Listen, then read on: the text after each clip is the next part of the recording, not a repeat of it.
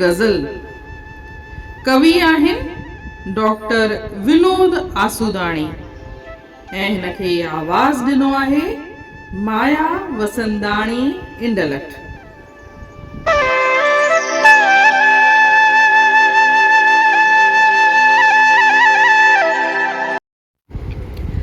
कॾहिं मां जे खुद खां डिॼा हथ पकड़जाएं, अगर बेवजह ई रुआं हथ पकड़जाएं।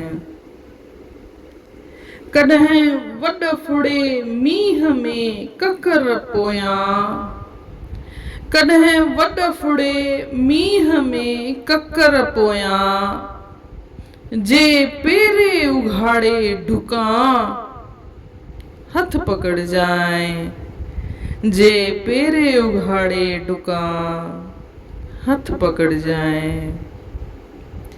कॾहिं ज़िंदगीअ जे फिॾनि पेचरनि ते,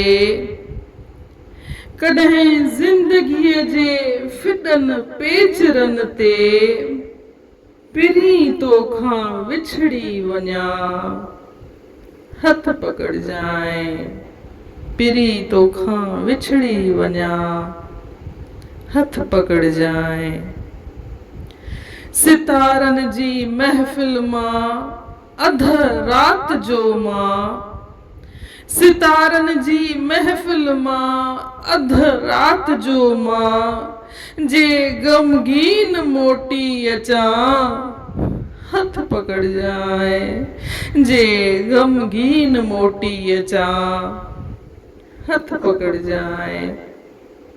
वञा थो ख़ुदा वटि मगर याद रख तूं, वञा थो ख़ुदा वटि मगर याद रख तूं, जे ख़ाली हथें मां वरां हथ पकड़जाएं, जे ख़ाली हथें मां वरां हथ पकड़जाएं।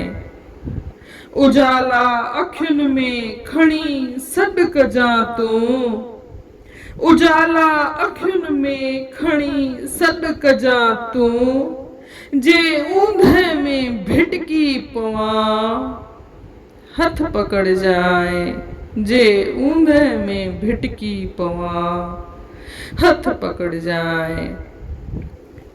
भरोसो रहियो कारवां ते कॾहिं कोन, भरोसो रहियो कारवां ते कॾहिं कोन, अकेलो छॾे कारवां हथ पकड़जाएं, अकेलो छॾे कारवां हथ पकड़जाएं।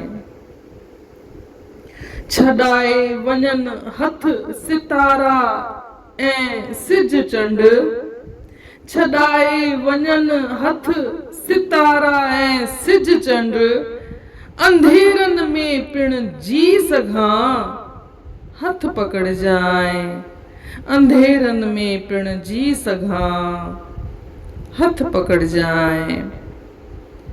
कयल कौल सारा रखज याद मुंहिंजा, कयल कौल सारा रखज याद मुंहिंजा, कॾहिं कौल कोजे भञां हथ पकड़जाएं, कॾहिं कौल कोजे भञां हथ पकड़जाएं।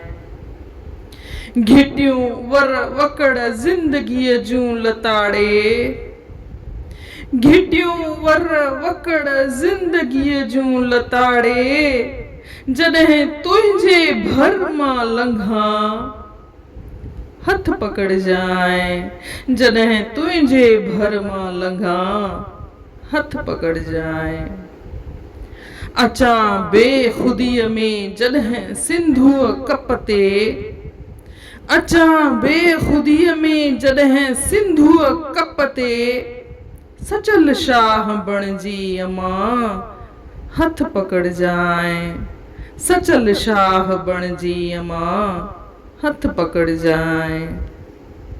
अञा आस बाक़ी इहा ज़िंदगीअ में, अञा आस बाक़ी इहा ज़िंदगीअ में, कॾहिं अजनबीअ जा मिला हथ पकड़ जाए, कॾहिं अजनबीअ जा मिला हथ पकड़ जाए।